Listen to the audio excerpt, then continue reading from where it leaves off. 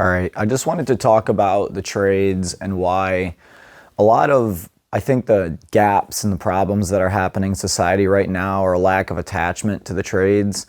America has gone in the direction of giving the trade work to other countries, and that could probably work for some things some of the time, but it can't be a widespread thing because it creates this huge opening where trades are not being fulfilled in our country. There's more to the trades being exported than just the fact that somebody here in America doesn't get to do a trade job.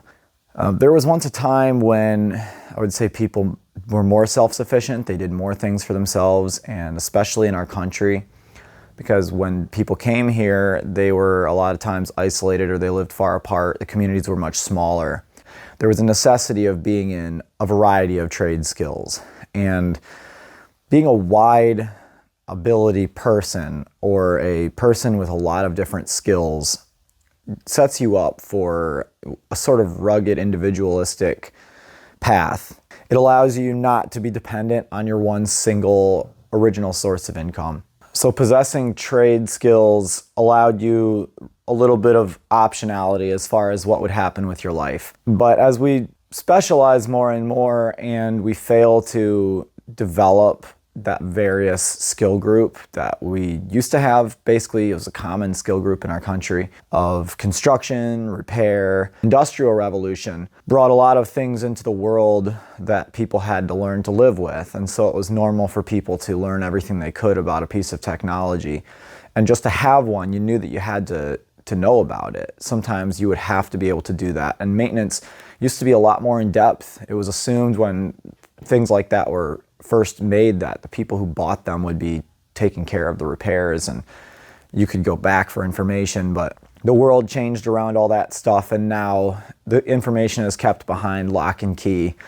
And to be in the trade, you have to sort of be in it for a long time. You have to have paid services to get knowledge and information. The best valued things that you could learn would be from your parents, because suppose your dad is a farmer or something, a tradesman, he can pass on those skills to you. But sending away the kids to get an education somewhere else has become the thing to do. At its heart, it's kind of like just abdicating responsibility for your child and saying, well, they can go learn whatever they want. And then for many, many years, we've heard now, since I was a kid, they said you could be whatever you want to be. Do whatever you want to do. That was what they said.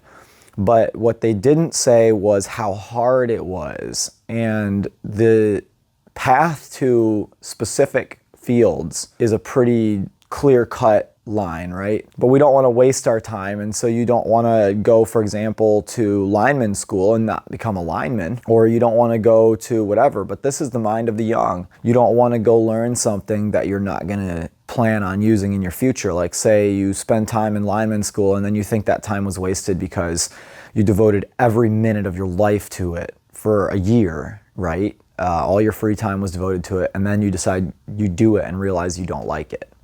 So it doesn't make sense to do the education if you don't have a chance to try it first, but you have to do the education to get in.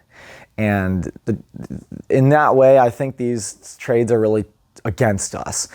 It helps to have a family member who's doing that. The trades have always been a good, honest way to earn your living. Even when they didn't earn hardly any money and kind of everybody was a tradesman, and so there was more supply than demand, and so it was cheap, right? It was cheap to get labor done on your house or stuff like that.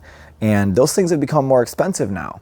But let's just go back in history to an earlier time. Well, in America, the children were a part of the parents' business, whatever that was, unless they were being sent out to school. And look, I understand schooling is important, but there was something that was taken away that was also important, and that was the children being exposed and trained up in a career at a young age.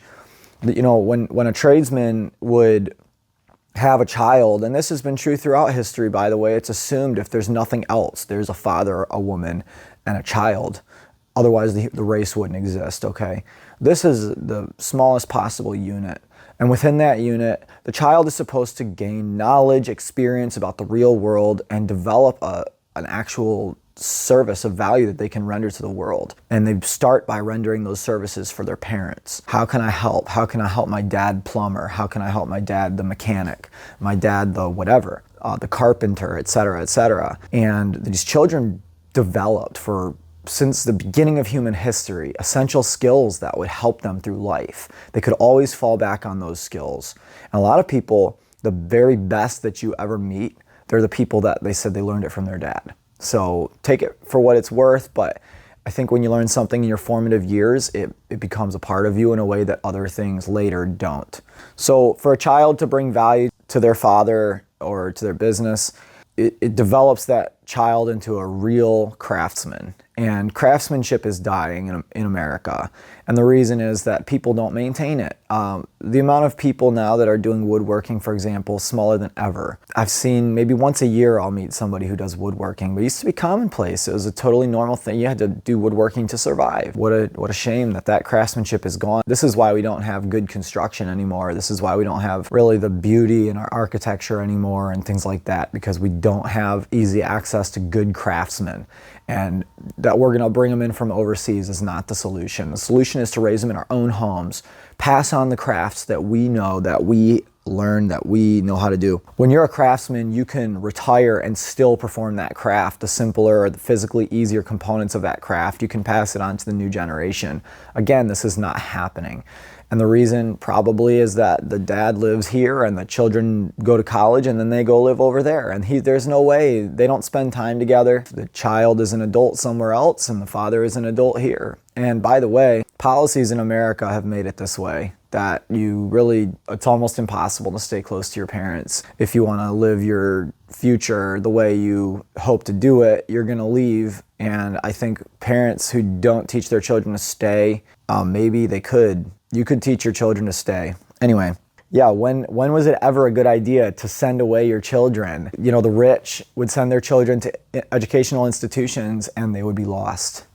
They would be lost to vices, they would be lost to a different lifestyle, different set of beliefs, they would be taken away. When the poor send their children away to get a better life, in many cases their children are lost. I get it, there's a lot of stories, immigrating and stuff like that, but when it comes to actually sending your kids away in our country, you have a higher chance of that child being lost forever, in the sense that this connection, this intergenerational bond is broken because they don't have that time together at that key era of their life, say from when they first enter into the world. They've learned for 18 years, their dad says this is what the world is like, but he has gone up into some bureaucracy somewhere, he works in an office job, he's begun to isolate. And the children report back and they say, this is how the world is. And the dad says, well, it wasn't like that when I was a kid. But these conversations have great value because between the kids going out into the adult world and trying to do things and the father bringing his wisdom from the past, you can have discussions and come up with real answers and solutions. And that sort of thing goes into politics. But when you separate the parents from the children, those conversations are not going to take place during the key formative adult years, which is going to be like 18 to 25. And for a man, it's going to be more like 18 to 30. So we need that bond with our parents. And what better thing to bond under than the trades?